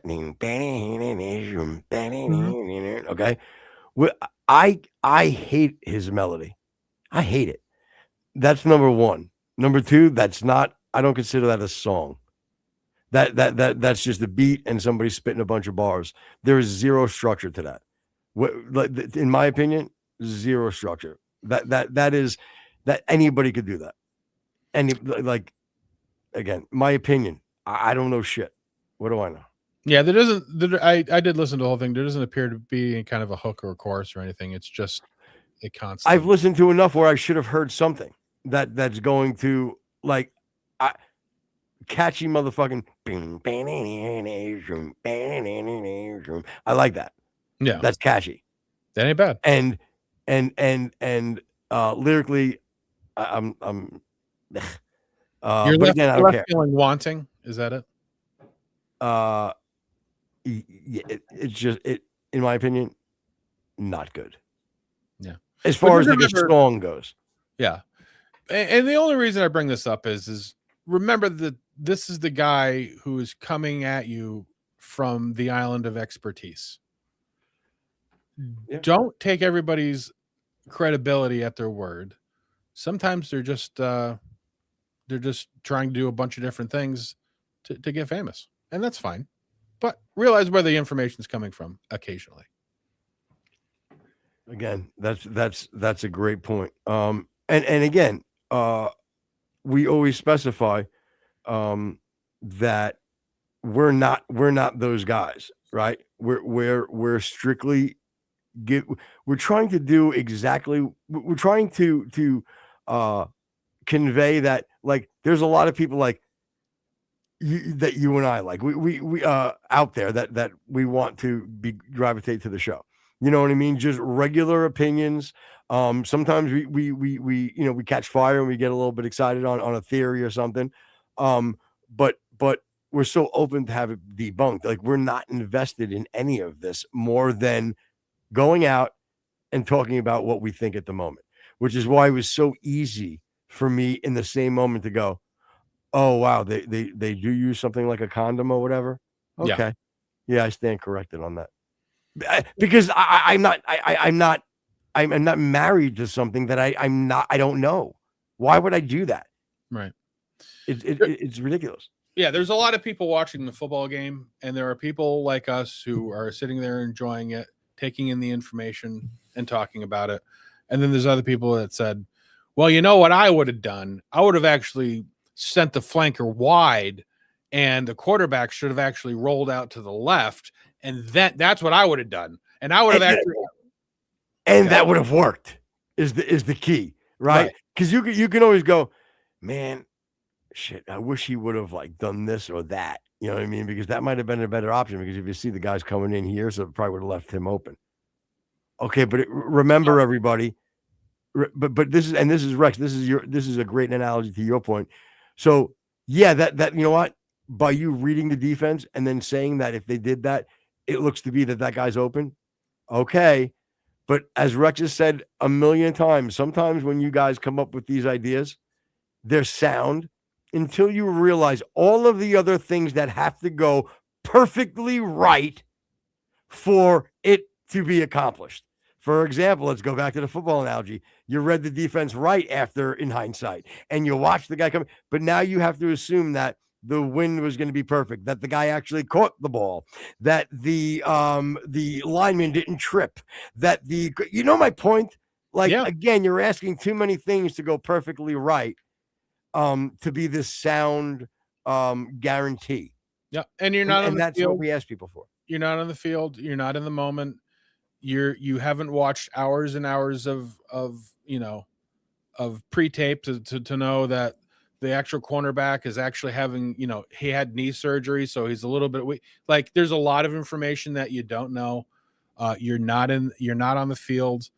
You don't know how the quarterback feels. There's just tons of information. So just absorb the information that you have, use a little bit of logic and common sense, and come up with your opinion and be willing to be wrong. That's all we're asking. Bingo.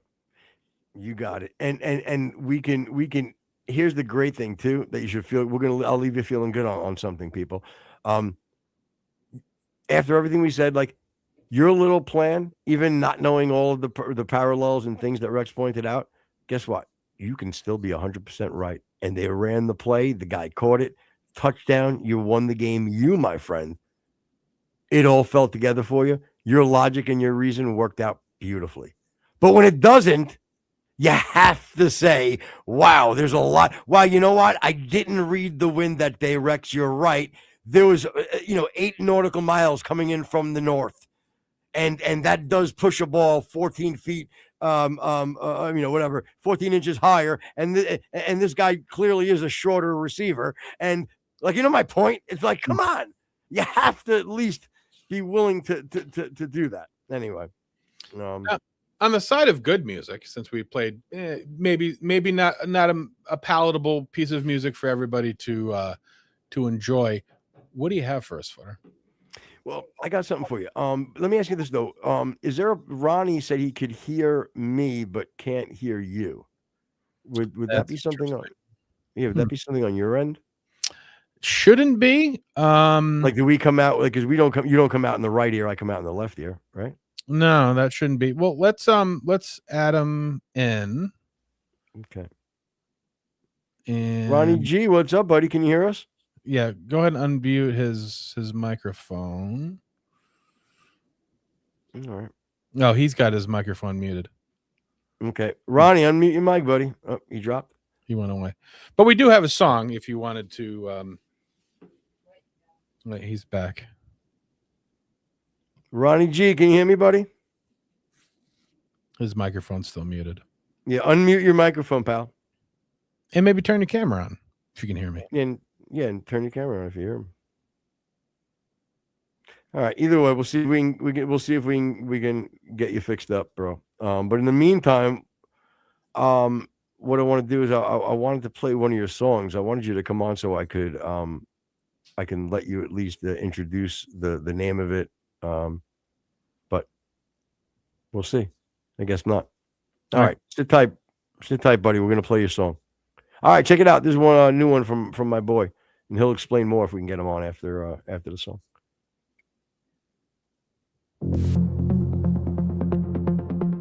Oh, good. One of his dance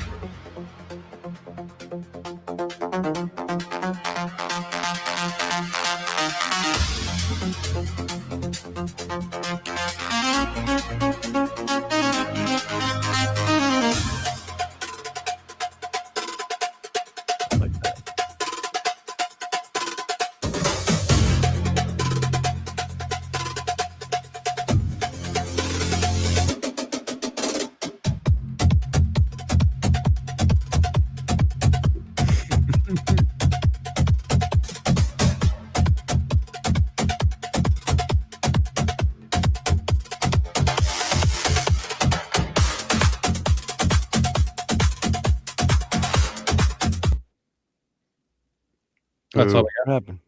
What happened? Oh, we only got a snippet. No, it's playing. Oh. Was it a corrupt file? Did he send us a corrupt file? Oh, great. You just corrupted our entire thing. All right. All right. Well, doxed. I was just going to say, I was like, I just wanted to pull out some fucking poppers. You know what I mean? Yeah. I was expecting rap. I wasn't expecting house music, but I like it. He's giving a little Tiesto, a little Kimball Collins. Yeah. Again, we'll have to try to get him on and explain the next time because it's not going to work. But we got to get the full track, by the way, too, because I wanted to hear the one. I wanted to hear the one that he did one with this girl's vocals. I wanted to hear that one. I was hoping that was what he sent, but either way.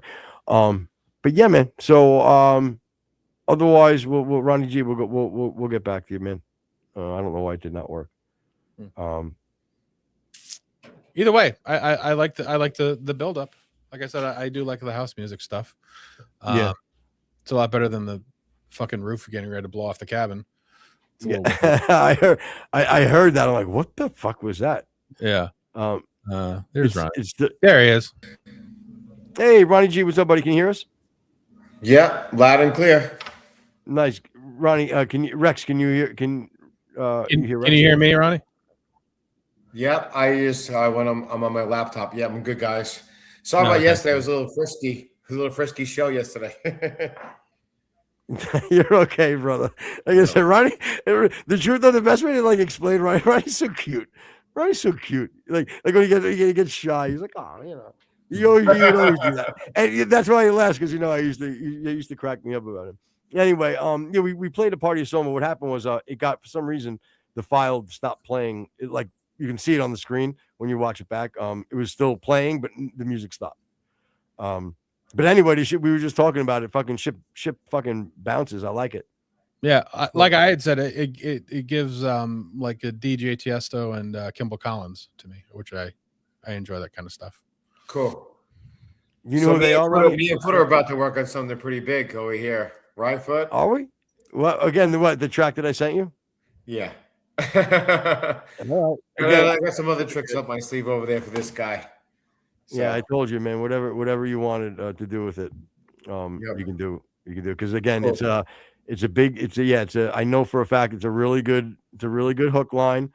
You know, the lyric. It's a summertime. Type of, get back a good springtime song to get that people can play all through the summer, more of a younger, youthful thing, of course, but so something I would yeah, your ass, you're old too, stop. Yeah, I still, but you can tell I write for the youth. You know what I mean? I got my fucking finger on the pulse. No cap. Finger in youth at no the same cap. time. Oh, so Ronnie, what was the name of that track? Do you have a name for it yet?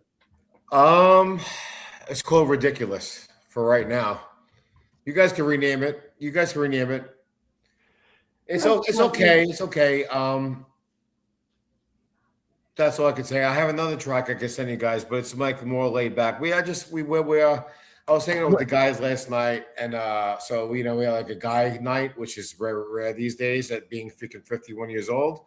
So we went out, we made some songs last night, which were pretty cool. We used a little bit of AI, of course, for the foundation, but we dropped everything to Ableton. And we came up with some pretty cool stuff. So But well, I mean, yep. nowadays, brother, you know what? Like, I think, and again, I'm not in that world, so for me, it's fucking Chinese. You know what I mean?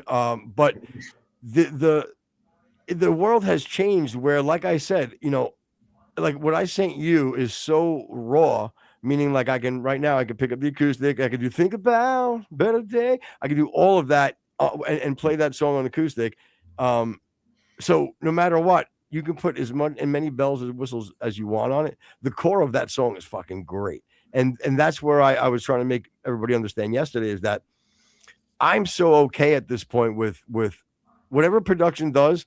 I can give it over to a producer and I can let people work on my stuff because I already know the integrity of the core of the song. Like like there's nothing more real about what I present. You know what I mean? So every bell and whistle doesn't matter to me. Like I'm not like people, and I'll be honest with Ronnie, like there's been times where we've had and I'm sure you've seen the pushback as far as the music industry, and this maybe we can talk about this a little bit to end the show. How are you know there's been a lot of pushback from even a lot of rock bands that are very upset with AI. And like where do you stand on that? Do you understand where they're coming from a little bit? Yeah, I mean, I can understand where they're coming from, but it takes a lot of the beginning labor, like a foundation of a house. So what it does, what I use it for is I'm not so, I mean, AI is great, but so the AI thing is a good foundation, but I always like to tweak everything on my own. It's a good starting point where you could build a track like that, but you got to make it your own. So I can understand where they're coming from, but so it does take millions of dollars. So it does. No, I don't want to cut you off, but I want you to elaborate on that. So it does take you. I mean, you do. Like, of course, you're not just typing into a computer what you want, and then all of a sudden it's spitting it out, and you're happy with it. But my point is, so let's just say you make something up, and let me give me one better. Can you run through the process? How does it even start? Like, what do you do? So you use there's a couple different apps you could use, which I will not disclose at this point. But go right to go right to the foundation of a track, and you just say what you want to hear, this and that. But you got to get really collaborated and make it like your own. And you got to. It's not that easy. Oh yeah, you can make a song in 5 seconds. Yeah, but it sounds like shit. So you got to run it like at least 20, 30 times. To get the sound you like, and then you drop that at the Ableton, and you drop the stems, which is what stems are. Those stems, yeah. Stems, boom, and then you tweak every stem.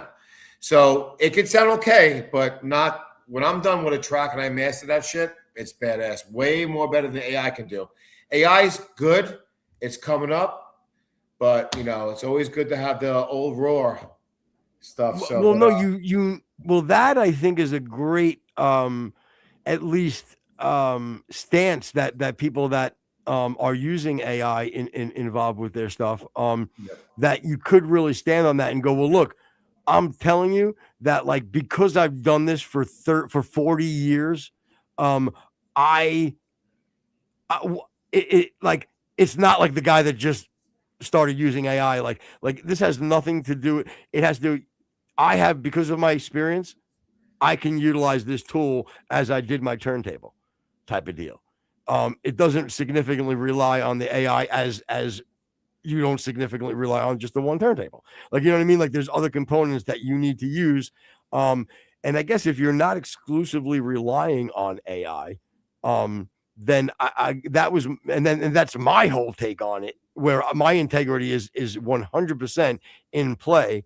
And I stand behind it, is that I know anything I hand off to everybody as far as to do production, whatever you guys do to it, I have receipts that I can pick up the guitar and play that fucking song, the chords, and sing that melody. And you go, okay, I can see how this song came about. I actually sent Jay Platt this morning. I was cleaning out the garage and I found on a little note sheet, I found matter of fact, our intro. You gave me your love and I fell from grace. Those lyrics I found on a little notepad. I took a picture. I just sent it to Jay. That was, not that many years ago because that was one of my more recent things. But my point is, like, this shit, I didn't say, nobody said to AI, write a song that says wine and whiskey in it. And all of a sudden it spit these, like, I wouldn't know how to use AI to help me do lyrics and shit like that if I tried. You know what I'm saying? I barely, you can use it for where I should be using it. Well, and even the thing with AI is like it's something that exists. It's going to be a part of the future, whether we want to or not. So, you can either reject it and stay in standard shift, or you can realize that there's an automatic transmission out there and be good at both. It doesn't hurt anybody to learn and use a tool that, maybe some people would consider it cheating. And if you're just using that, you are cheating. But to completely reject it and act like it's sacrosanct to use it is also stupid. Yeah, I agree. Good point, buddy. Hey, can I have 1 second here, guys? Is it okay? Go ahead. Yeah, of course. All right, so check this out. So with the AI thing now, so remember this. It was, back in the day, A-tracks, reel-to-reels, CDs, tape cassettes, right? So now then it came up with the Serato and all the, electronical DJ equipment. So I would say this. You could put me blindfolded, right? And I don't need anything to look at. Just give me 2 turntables and a record, and I'll spin it blindfolded. These young people today, they just rely on that the program. They look at the levels and they don't know what they're doing. So, like back to what Footer was saying, and also you, Rex, is like, you could use that at some point, but you just can't use it all together. You have to have just a talent. Like I know Footer. I mean, Footer's got massive amounts of skills, and he's so talented. Go on. Yeah, you have to have the talent. I'll just leave it. Go on. No, go ahead. I don't want to interrupt. I'm done. That's pretty much about it. And so no, I was saying go on because you were praising me. So no, go ahead. Keep going. Keep it up. Go ahead. Yeah. I refuse. I like Rex too. Rex is my new fan. So yeah, look at Ronnie knocking glasses off. I love this guy. I took him off because I got my contacts in. So that's it. Yeah, I love the truth. You're just Ronnie's the truth. Ronnie, you may become a Rex. Am I wrong? Ronnie may be like a character on the show that comes on all the time. Yeah. Like, because let me tell you something, Ron. God, you're good. You're just fucking adorable. You're just so genuine. I'm a fan. I like to make people laugh, Yeah, and like I said, and Jen just chimed in, producer just chimed in. She loves you too. Yeah, she just flashed you from behind the glass, so you're good. Give her a kiss from me, whoever she is. There, I love it. But Ronnie too, you made a brilliant point with the evolution, using the 8-track to the cassette tape to the CD to 2 turntables and a microphone to those little disc scratcher thingies to whatever it is probably you guys have now. You know what I mean? Yeah. So that's a very fair thing. I'll tell you, Rex, it wouldn't be a bad idea one time. And I'll be honest with you, if I can get a little more motivated to and really think out my arguments. I would be okay, and I know it would be able to happen. And Ron, you can obviously, you can be on the panel or whatever. Yes, but I would probably be able to debate a musician on probably even go on modern day debate with it. To be honest with you, because it would be a debate of the benefits, or is AI hurting or helping music? I would probably be able to. The truth of the matter is, this is what kind of cool. I would probably be able to debate either side if I had to with conviction. But let's say I do go on the side of utilizing some of the points Ronnie made, and kind of where I do genuinely feel I would probably be able to make the argument and be okay with it because I know I don't need to rely on AI. So I think I would be a very good candidate, right? Definitely. Yeah. The problem with your argument there is that you can't argue both sides with conviction. Otherwise, it's not conviction. No, well, I said I can. One can because I think you can have more conviction and less conviction because there's a lot that I believe in on both sides of the argument. I think that undermines the actual definition of conviction. You know what? I'll give you that. Yes, but it would not. I could. But as far as a debate, with passion, sure. No. But as far no, you're right about conviction. Let's throw conviction. That was the wrong word. But passion, fine. But my point is, I think that it's fair. I can go on a debate and be able to debate either side because there's a lot of people that debate issues, just for the sport of debate, to test their skills and their argument skills, even if they don't 100% believe in it. Like there's times and you know that for a fact is because you have people like Andrew Wilson and stuff or big debaters that do grant people their points for the sake of the argument that they're dealing with. Right. You know what I mean? Yeah. Nothing, and I truly do believe that there would be a good side for both, but I think I would be able to do something like that. I would have, like I said, I would have to think about it a little more to make sure that there's not any things that where I wouldn't be able to like stand on, and or at least not be able to justify it some different way as a debate technique. But I think that's a good debate. That's something to talk about because I'll tell you, Ronnie, we have had people like when we've played something, not even if it's not us or anything to do with what I've done or you've done, but that have comments like, oh, this AI shit. You know what I mean? I've recently watched a bunch of big bands, rock bands. I think actually the band Thrice, who I actually love, make a big deal, like almost like these PSAs these guys are doing nowadays, like, hey, remember, stop supporting these AI bands, this fake shit. And I get it because they're so invested. You know what I mean? But yeah. I got up when you give me a second. I did it before I lose my train of thought. So it's okay if I interrupt? Of course, buddy. Okay, so listen. So this is where the whole thing about the AI thing. So these people that make all millionaires, billions of dollars, all the heavy bands, they're complaining about it. Meanwhile, you got some people that are broke wherever they're from, all over the world. And maybe they want to make a track to make some money for whatever they want to do, their family, their whatever, and then make it something cool. And honestly, met a lot of talented people who have made some serious stuff on just primitive stuff. So maybe they're hating on the people, but they got to realize people don't have that money to spend on that platform. And I'll just leave it at that. That's all I wanted to say.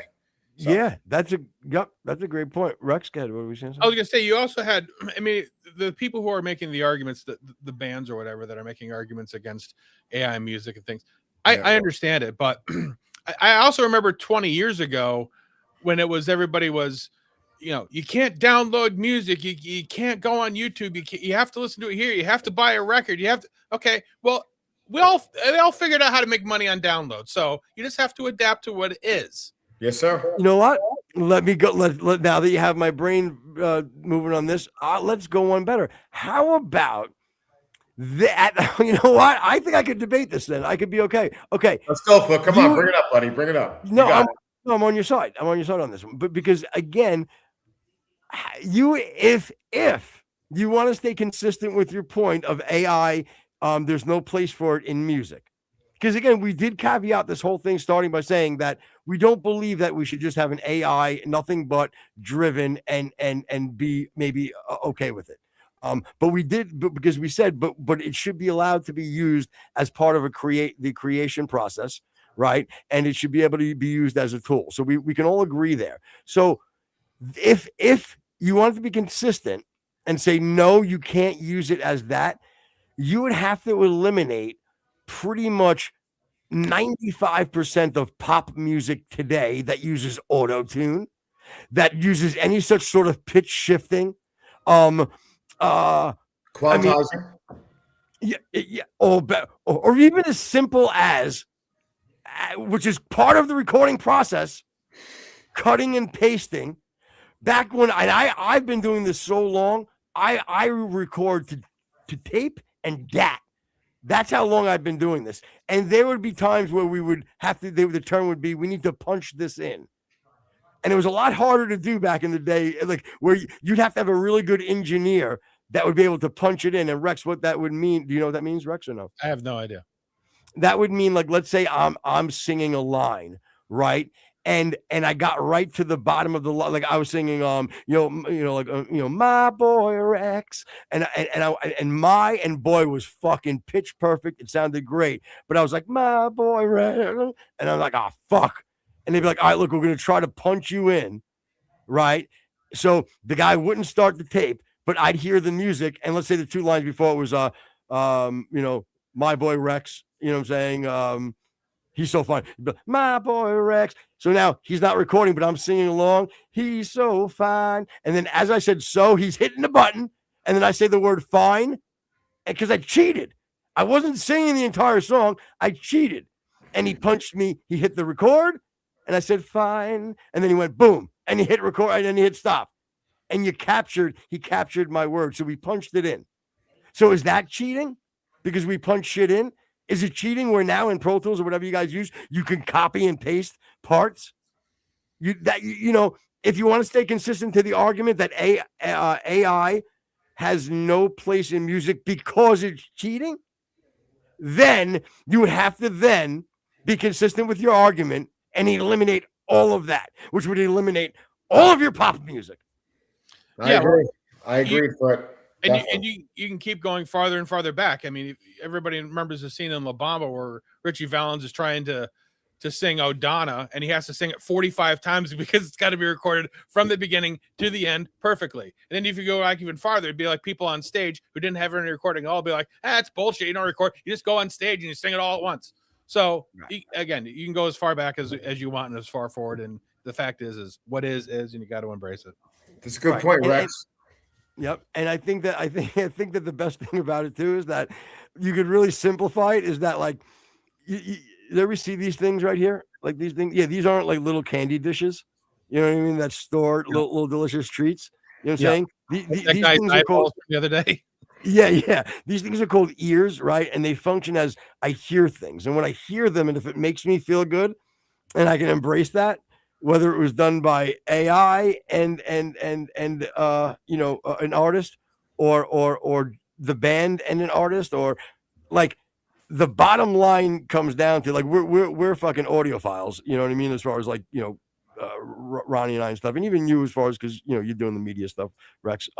So it matters to us, but at the end of the day, who we're trying to reach and who we're selling records to, are just using these little baby candy dishes that are attached to our face as listening devices. And like, that's pretty much what it comes down to, so it's a hard argument for people to really start poo-pooing on AI all the time. And at some point, 10 years from now, there'll be something else. It's just going to keep growing. Yeah. And again, we have, as long as they're consistent with their argument, it would be very, again, you can give your opinion. You don't like the band. I'm not you. Okay. And then we'll wrap this up because we're running late. Oh, actually, what? Oh man. Yeah. We're really going long. Okay. But I'll end it, or I'll start to wrap it up with this. Like, you know what? I just lost my train of thought. Never mind. I forget what I was going to say. I really don't. Oh, no, I remembered. Okay. No, I remember. You got this. Yeah, it came back. No, okay, I remember. I'm going to be honest, which is a little bit of a negative. I do feel that at points it does sound overproduced, and I don't mean our music necessarily. I'm just saying in general, there's a lot of times that I do feel it sounds overproduced. Now, I don't know if that's an AI thing or not, because I've heard records that I've heard from in 15 years ago that I thought were overproduced. But there are some things that with AI that I feel I can kind of point out where I'm like, it's a little much. It's lacking a little bit of because there is something nice about a AI? Something nice about a flawed vocal every once in a while. A certain that might happen, or a certain little, what we used to call like little creative mistakes. You know what I'm saying? Yes. So there is that nuance to being an artist and making music that I think is important. But with that being said, as overall, I do think AI is an okay tool, but I did want to point out some. I wanted to have a little bit of honesty where I thought about it. I will say one last thing before you guys. Of course. Thank you for letting me on the show, guys. I will tell you this about the AI thing. when it comes to mastering a project or a track and you want to play it on the car, the radio, it's never going to be the same. I tried it millions of times, and I got to just have it. Jay does all my mastering, Jay Platt, obviously.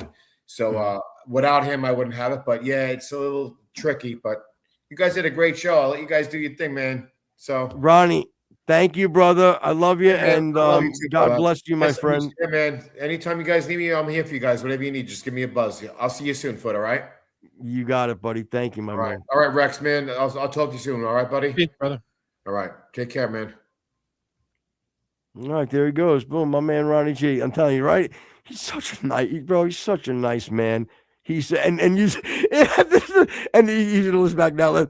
He does what he goes to knocks the glasses off his head. He's like, no, I was just taking the glasses off because he gets the back, bro. He's I can't tell you how much I love that guy. He's such a nice man, and he's so genuine. Again, Ronnie, I'm not even being nice. Like, you just, again, you're so funny, and you don't even try. Like, you're just such a good guy, and that's not not teasing you funny, even. You know what I'm saying? More of you're funny, man. You're funny dude. Make me laugh. Anyway. He kind of reminds me of Bob Kelly.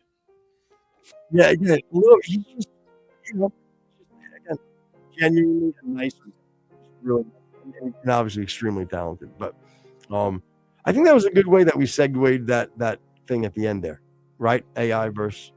Yeah, no, I would like to. I was trying to think in my head, people that we could have on that would be like, again, like anti-AI stuff. So I'm going to look into that.